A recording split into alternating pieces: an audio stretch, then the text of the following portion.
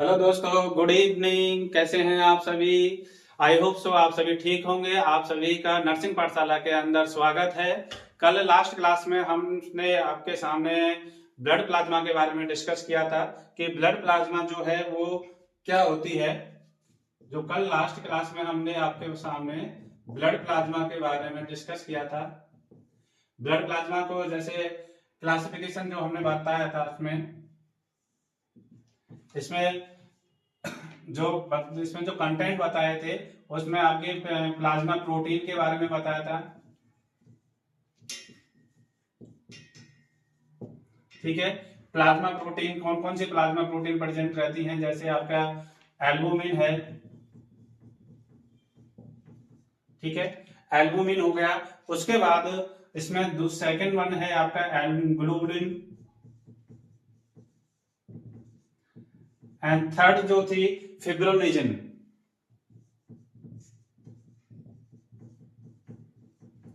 ठीक है। तो ये ब्लड प्लाज्मा के अंदर प्लाज्मा प्रोटीन जो उसमें कंटेंट था, ये सभी जो ब्लड प्लाज्मा का फॉर्मेशन करते हैं। तो उसमें थ्री टाइप्स की जो प्लाज्मा प्रोटीन प्रेजेंट थी, जिसमें सबसे ज्यादा जो मोस्ट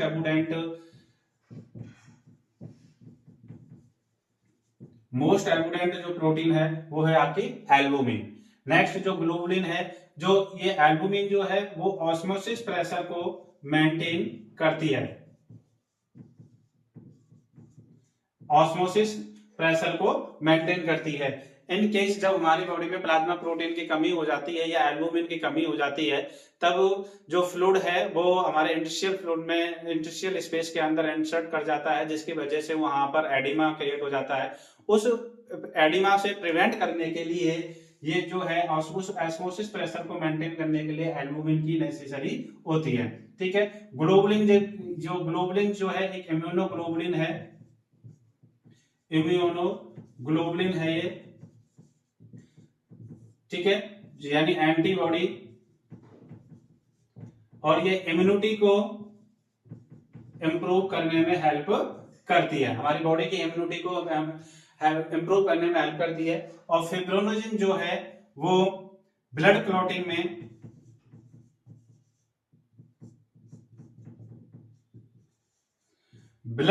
में हेल्प करती है। तो इस तरह से लास्ट क्लास में हमने ये डिस्कस किया था। इन सब के अलावा इसमें जो और अदर जो सब्सटेंस है जो ब्लड प्लाज्मा के अंदर प्रेजेंट रहते हैं, उसमें आपके इलेक्ट्रोलाइट्स हैं। ठीक है, गैसेज हैं, हार्मोन्स हैं। ठीक है, और ब्लड क्लॉटिंग फैक्टर्स। तो ये सभी जो है ब्लड प्लाज्मा का फॉर्मेशन करते हैं। इन सब के अलावा जो ब्लड प्लाज्मा के अंदर जो आज जो हम डिस्कस करेंगे, या ब्लड प्लाज्मा का जो नेक्स्ट टाइप जो है, ब्लड का जो नेक्स्ट टाइप है जो उसका फॉर्मेशन करते हैं, ये कंटेंट जो है वो है आपका cellular content of blood. Cellular content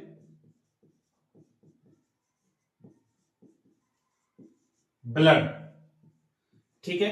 तो सेलुलर कंटेंट ऑफ ब्लड्स में थ्री टाइप्स की जो है ब्लड सेल्स प्रेजेंट रहती हैं, जिसमें आपका आरबीसी हो गई, डब्ल्यूबीसी हो गई और प्लेटलेट्स हो जाती हैं। ठीक है। तो आज जो हम हैं इनमें यानी कौन कौन सी हैं आपकी, एक है आपकी आरबीसी, दूसरी है आपकी डब्ल्यूबीसी, और थर्ड वन है आपकी प्लेटलेट्स।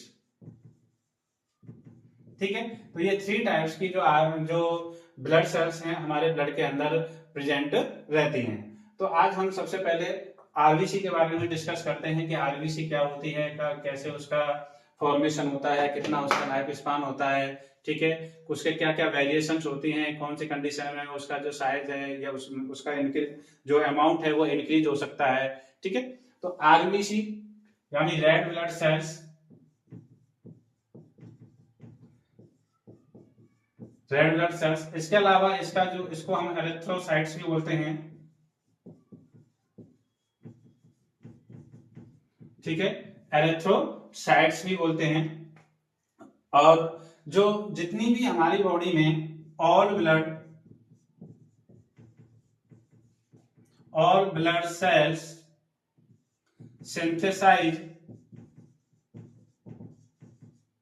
Bye bone marrow.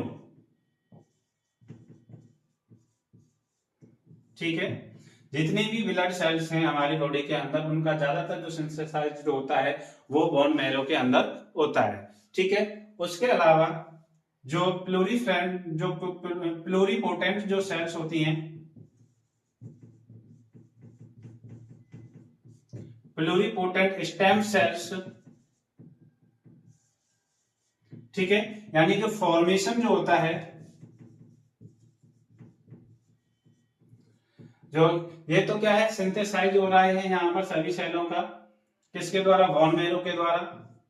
और जो फॉर्मेशन जो होता है वो आपका प्लूरीपोटेंट स्टेम सेल के द्वारा जो है आरबीसी का फॉर्म यानी ब्लड सेल्स का फॉर्मेशन होता है,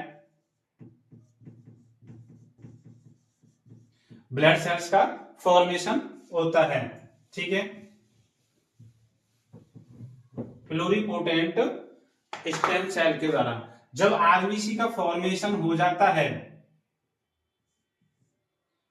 आरबीसी का फॉर्मेशन जब हो जाता है तो ये ब्लड स्ट्रीम में एंटर करने से पहले बहुत सेवरल जो डेवलपमेंटल स्टेज हैं आरबीसी की, उनमें ये फ्लो होती रहती है।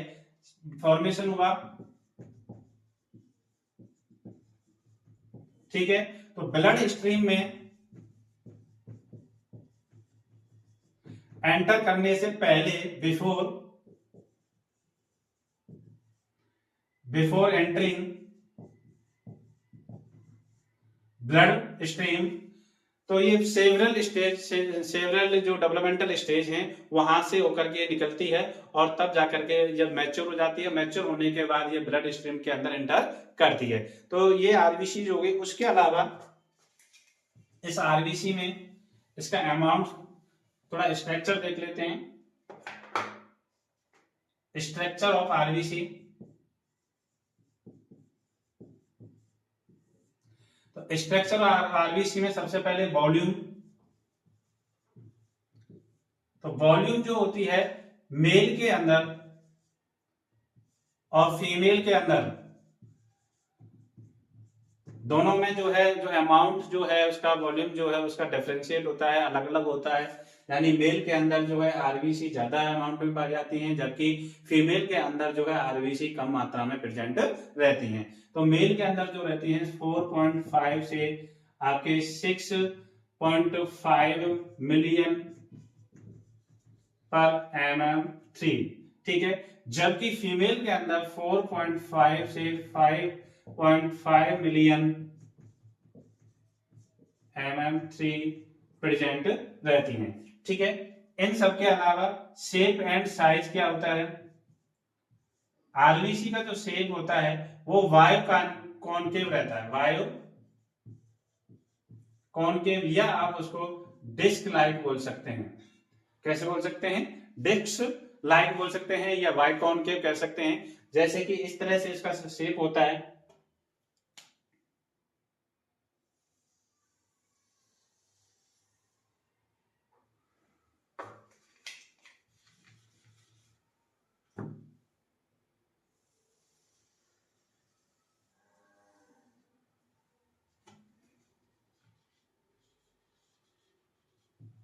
ठीक है, इस तरह की एक जो हमारी आरबीसी होती है उसका ये शेप रहता है। ठीक है, उसके अलावा साइज, आरबीसी का जो साइज होता है 7.2 म्यूएम होता है। ठीक है, यानी वॉल्यूम हो गया आपका मेल एंड फीमेल का 4.5, 6.5 एंड 4.5 to 5.5। ठीक है, शेप हो गया बाइकॉनकेव एंड डिस्क लाइक, और आपका साइज जो हो गया 7.2 म्यूएम हो गया। इस सब के अलावा जो है आपका इसमें लाइफ स्पैन हो जाता है, आरबीसी का लाइफ स्पैन क्या है, आरबीसी का जो लाइफ स्पैन होता है 120 डेज जो होता है, 120 डेज। ठीक है, ये किसमें है, एडल्ट के अंदर। ठीक है, ये एडल्ट के अंदर 120 डेज होता है, जबकि 90 डेज जो होता है ये आपका न्यूबॉर्न के अंदर होता है, ठीक है। तो 120 दिन एडल्ट के अंदर, 90 दिन न्यूबॉर्न के अंदर। तो ये सब स्ट्रक्चर्स के बारे में हो गया। इस सब के अलावा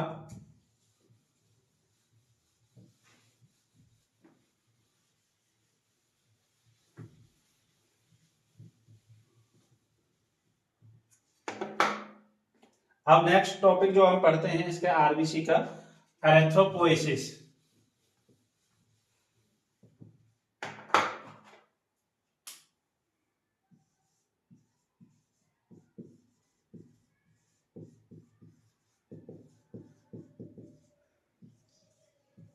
एरेथ्रोपोएसिस,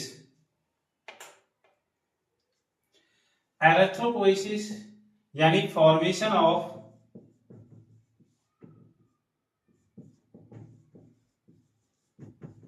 आरबीसी, ठीक है। एरेथ्रोपोएसिस का मतलब क्या होता है? फॉर्मेशन ऑफ आरबीसी, आरबीसी का बनना एरेथ्रोपोएसिस कहलाता है, ठीक है। कैसे होता है आरबीसी? आरबीसी का जो एरेथ्रोपोएसिस कैसे होता है, तो एक हम डायग्राम के थ्रू इसके पूरे प्रोसेस को समझेंगे। प्रोसेस में क्या है कि जैसे ये किडनी है,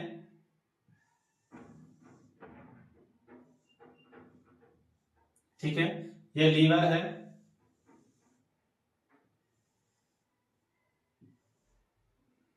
ठीक है, ये कोई लॉन्ग बोन है,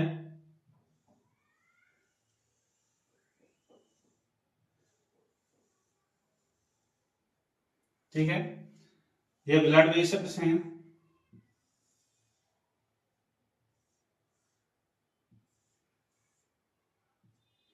ठीक है। अब बॉडी के अंदर हाइपोक्सिया हुआ,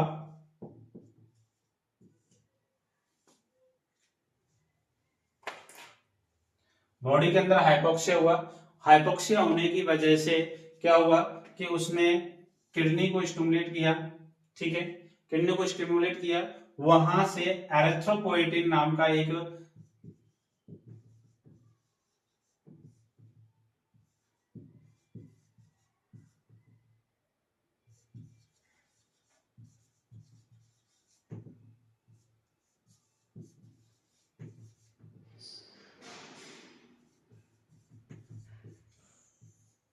ठीक है। अब एरेथ्रो किडनी से क्या हुआ, एरेथ्रोपोएटिन नाम का एक हार्मोन सीक्रेशन हुआ लीवर से और किडनी से, एरेथ्रो,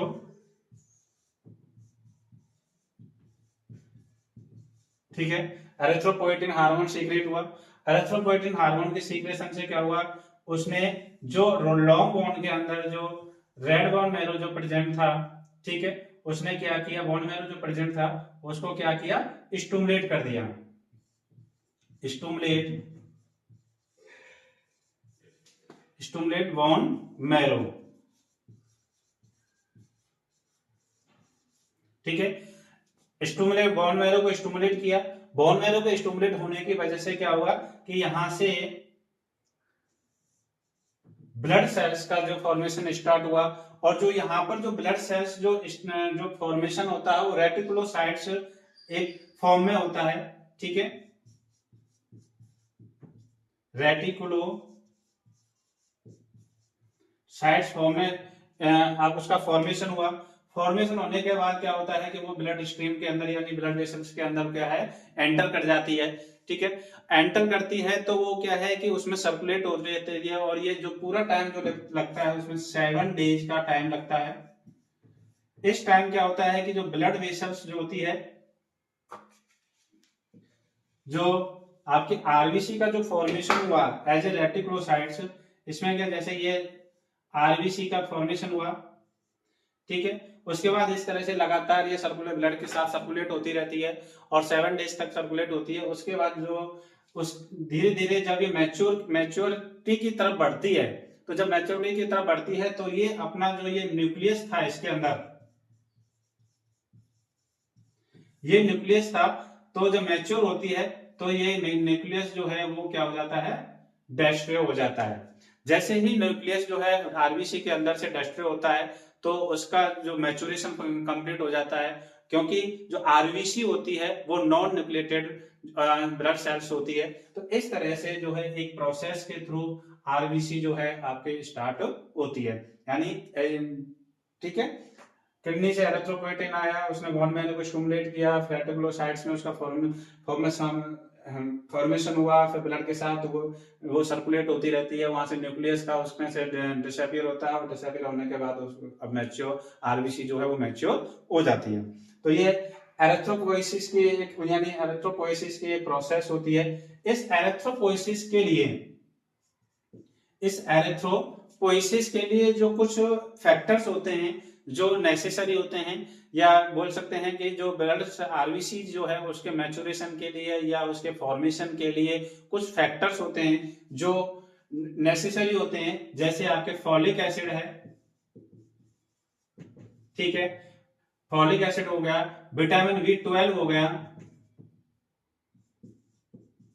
विटामिन जो B12 है, फॉलिक एसिड है, ठीक है, आयरन है। ये फैक्टर्स जो हैं उसके मैच्योरेशन या उसके आरबीसी के फॉर्मेशन के लिए रेस्पॉन्सिबल होते हैं, या बोल सकते हैं वो नेसेसरी होते हैं, ठीक है। तो इस तरह से एक आरबीसी का जो है फॉर्मेशन, या बोल सकते हैं कि एरिथ्रोपोइसिस की जो प्रोसेस है वो कंप्लीट होती है। अब आता है इसमें साइट्स क्या है आरबीसी के, जो या बोल सकते हैं कि एरिथ्रोपोइसिस की साइट कौन कौन सी होती हैं, कहां कहां पर आरबीसी का जो फॉर्मेशन है वो होता है, ठीक है। साइट ऑफ इसकी साइट देखेंगे, ठीक है। अब before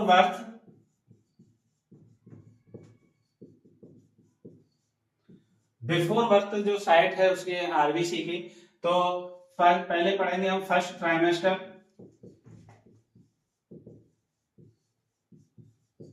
second trimester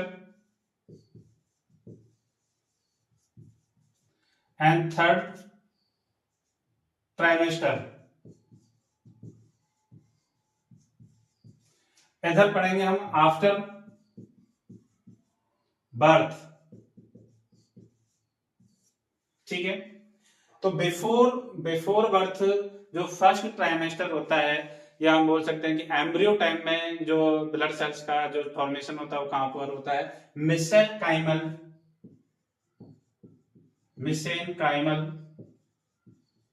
sales of stem cells. जो स्टेम सेल्स की जो मिसेनकाइमल सेल्स होती हैं उनके द्वारा जो फर्स्ट ट्राइमेस्टर में आरबीसी का फॉर्मेशन होता है। नेक्स्ट इसमें सेकंड ट्राइमेस्टर में जो होता है लीवर एंड स्प्लीन के अंदर होता है, और थर्ड ट्राइमेस्टर में जो उसका जो थर्ड ट्राइमेस्टर के अंदर जो फॉर्मेशन होता है वो आपके रेड बोन मैरो के अंदर होता है, ठीक है। कहां पर होता है, रेड बोन मैरो, ठीक है। तो समझ में आया कि फर्स्ट ट्राइमेस्टर में आरबीसी का फॉर्मेशन होता है स्टेम सेल के अंदर, सेकंड ट्राइमेस्टर में स्प्लीन और लीवर के अंदर उसका फॉर्मेशन होता है, थर्ड ट्राइमेस्टर में रेड बोन मैरो के अंदर उसका फॉर्मेशन होता है। अब आता है कि आफ्टर बर्थ आपका जो है सेल्स का फॉर्मेशन को होता है, जब बर्थ होने हो गया उसके जन्म के बाद और में कहां फॉर्मेशन होता है, तो ये ऑल लॉन्ग बोन,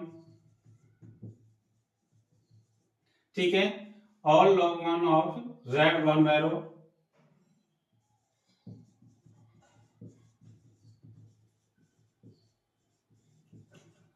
ठीक है, all all long bone of red bone marrow के द्वारा उसका जो है after birth red blood cells का फॉर्मेशन होता है।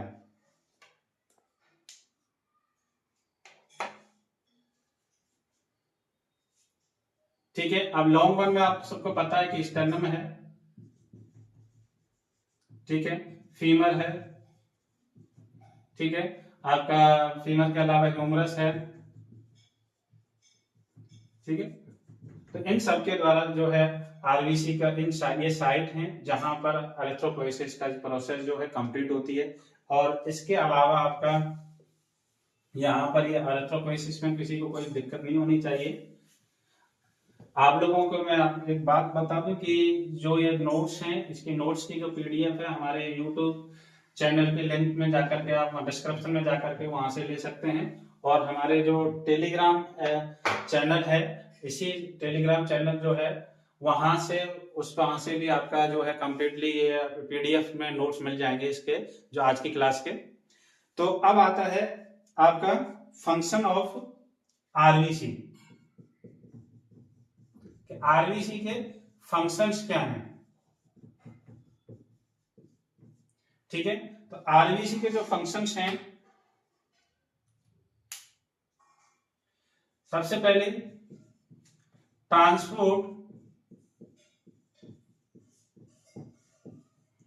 Transport the gases. अब गैसेस कौन कौन सी हैं ये सब आप जानते ही हैं। O2 है एक तो अपनी, और CO2, ठीक है। CO2 और O2 का ये रेगुलर ट्रांसपोर्ट करती रहती है, हमारे ब्लड के साथ जाता रहता है, ठीक है। क्योंकि हीमोग्लोबिन जो होता है वो ऑक्सीजन को बाइंड करके हमारी बॉडी में सर्कुलेट करता रहता है और टिश्यू तक ऑक्सीजन को पहुंचाने में हेल्प करता है, ठीक है। नेक्स्ट इसके साथ साथ ट्रांसपोर्ट हो गया, और ये करता है आपका डिटरमिनेंट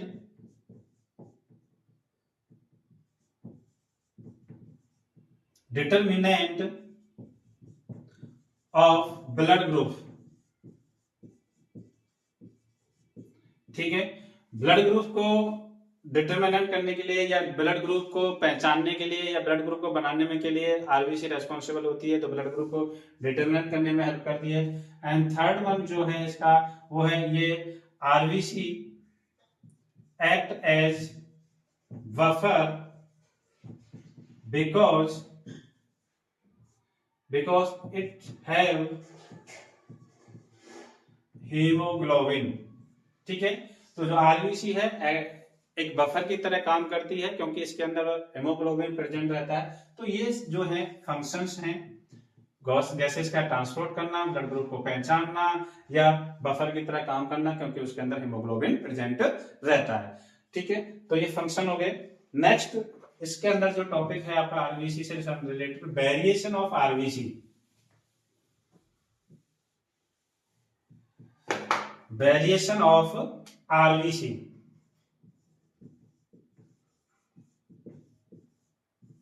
ठीक है। वेरिएशन ऑफ आरबीसी में इसको 2 टाइप से डिवाइड किया गया है। वेरिएशन ऑफ आरबीसी को फर्स्ट है आपका physiological,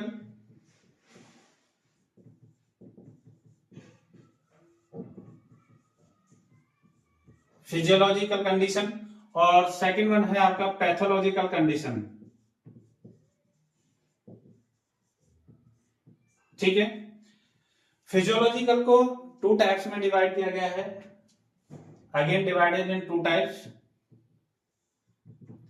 first is increase RBC, second is decrease RBC. इसी तरह पैथोलॉजी को अगेन डिवाइड किया गया है, first is increase RBC and second is decrease RBC, ठीक है। तो ये वेरिएशंस हैं कि कौन सी कंडीशन में आरबीसी इंक्रीज हो जाती है, कौन सी कंडीशन में आरबीसी डिक्रीज हो जाती है, ठीक है। ये जो वेरिएशंस हैं वो फिजियोलॉजिकल भी हो सकते हैं, ठीक है। और वो वेरिएशन जो है वो किसी बीमारी की वजह से, किसी डिजीज की वजह से जो है वो हो सकते हैं। तो फर्स्ट ऑफ ऑल हम रीड करते हैं आपके कि फिजियोलॉजिकल कौन कौन सी ऐसे कंडीशन है या फिजियोलॉजिकल वेरिएशन कौन कौन से हैं। तो सबसे पहले जो इंक्रीज है उसमें हम देखते हैं कि एज में आपका न्यूनेट हो गया, ठीक है। सेकंड वन जो है इसके अंदर आपका सेक्स रेशियो, थर्ड वन है जो है मील एंड एक्सरसाइज, ठीक है। फोर्थ वन जो है इसमें हाई एल्टीट्यूड,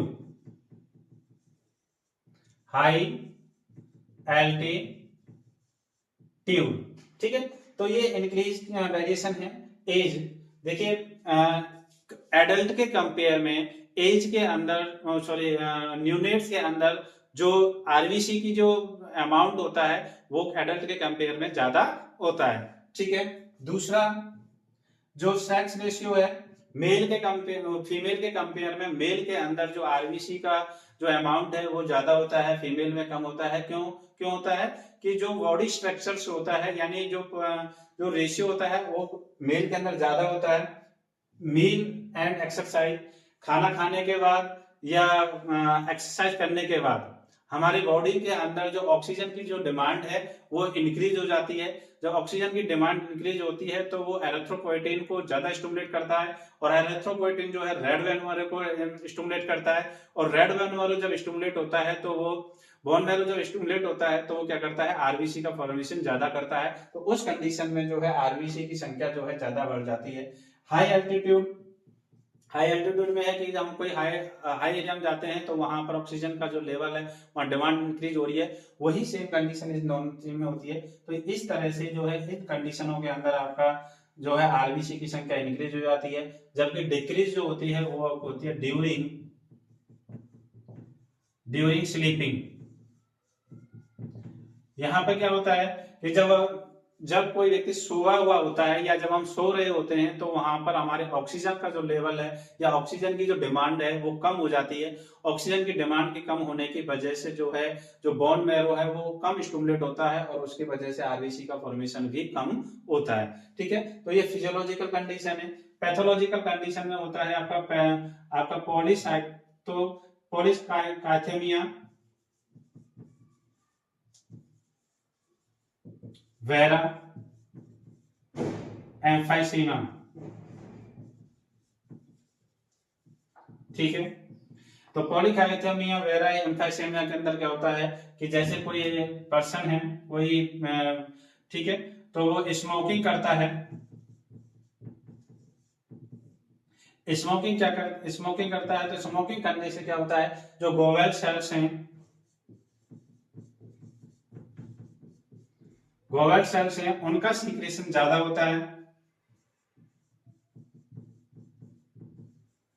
सीक्रेशन इंक्रीज हो गया, सीक्रेशन उनकी इंक्रीज होने की वजह से वहां पर जो म्यूकस का सीक्रेशन ज्यादा होता है। म्यूकस ये जो गोवेल सेल्स सीक्रेशन इंक्रीज हुआ, इस वजह से इंक्रीज म्यूकस, ठीक है, म्यूकस सीक्रेशन इंक्रीज हो जाएगा। अब म्यूकस सीक्रेशन के इंक्रीज होने की वजह से क्या होता है कि इन्फेक्शन हो सकता है, और इन्फेक्शन होने की वजह से इन्फ्लामेशन होगा, और इन्फ्लामेशन होगा तो वहां पर जो है ऑक्सीजन लेने में यानी उसको ब्रीथिंग करने में प्रॉब्लम रहेगी, और ब्रीथिंग करने की वजह से प्रॉब्लम होने की वजह से क्या होगा कि ऑक्सीजन जो है का लेवल जो है हाइपोक्सिया होगा, और हाइपोक्सिया होने की वजह से फिर जो है किडनी स्टिमुलेट होगी और एरिथ्रोपोइटिन को ज्यादा सीक्रेट करेगी। तो उसकी वजह से क्या होगा कि बोन मैरो ज्यादा स्टिमुलेट होगा और वहां से आरबीसी का फॉर्मेशन ज्यादा होगा। तो इस तरह से ये जो वेरिएशंस हैं, इन वेरिएशंस की वजह से जो है आरबीसी जो है कभी किसी कंडीशन में ज्यादा फॉर्मेशन होता है और किसी कंडीशन में कम होता है, ठीक है। तो ये वेरिएशंस हो गए आपके।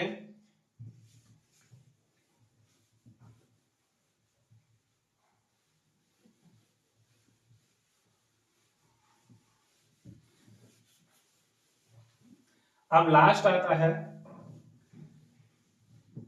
हेमोलाइसिस।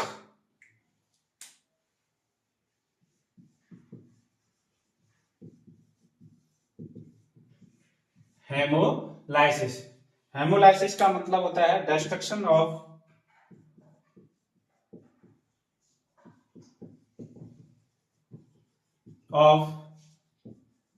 आरबीसी। हेमोलाइसिस का क्या मतलब है, डिस्ट्रक्शन ऑफ आरबीसी। आरबीसी का डिस्ट्रक्शन होना यानी आरबीसी का खत्म होना, किल हो जाना, ठीक है, उसको हम हेमोलाइसिस बोलते हैं। और 1% डेली 1% डेली आरबीसी destroy ठीक है।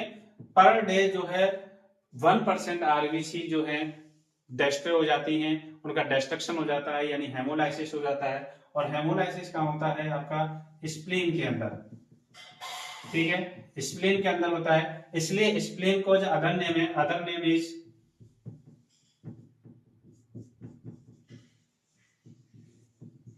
ग्रेवयार्ड,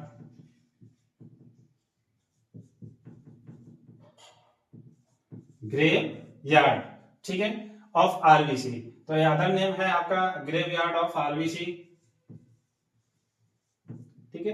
तो ये हेमोलाइसिस हो गया। तो आप दोस्तों, आप लोगों ने देखा कि आरबीसी का फॉर्म हमने आज डिस्कस किया कि आरबीसी क्या होती है, आरबीसी का लाइफ स्पैन क्या है, उसका डिस्ट्रक्शन कैसे होता है, उसके फॉर्मेशन कैसे, एरिथ्रोपोइसिस कैसे होता है, ठीक है, वेरिएशंस क्या क्या होते हैं, उसके मैचुरेशन के लिए कौन से ऐसे फैक्टर्स हैं जो उसके मैचुरेशन के लिए रेस्पॉन्सिबल होते हैं, जैसे आयरन हुआ, फॉलिक एसिड हुआ, विटामिन B12 हुआ, जो कि मैचुरेशन में हेल्प करते हैं या उनके फॉर्मेशन में हेल्प करते हैं। तो ये आज जो है हमने आरबीसी किया। नेक्स्ट क्लास में इसी का अगला पार्ट जो हम डिस्कस करेंगे वो होगा आपका डब्ल्यूबीसी और प्लेटलेट्स, ठीक है। तो तब तक के लिए आप लोग हमारे साथ बने रहिएगा, और कल नेक्स्ट क्लास में हम दोबारा मिलते हैं और उसमें हम अपना नेक्स्ट कंटेंट के साथ, नई ऊर्जा के साथ आप लोगों के सामने आएंगे और वहां पर डब्ल्यूबीसी और प्लेटलेट्स के बारे में डिस्कस करेंगे, ठीक है। Thank you.